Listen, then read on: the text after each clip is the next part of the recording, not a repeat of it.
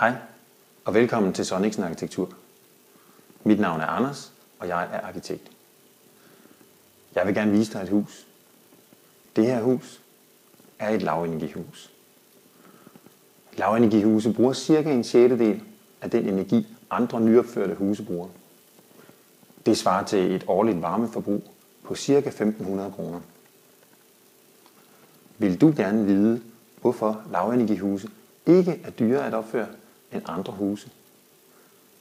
Og vil du også gerne vide, hvorfor at varmeudgiften er fremtidssikret, og gensalgsværdien derfor er højere, og bankerne derfor er glade for lavenergihuse?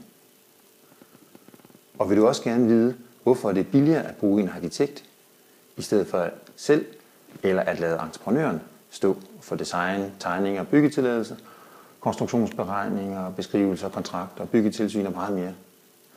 Jamen så kig på nogle af videoerne her på siden, læs i menuen eller giv os et kald.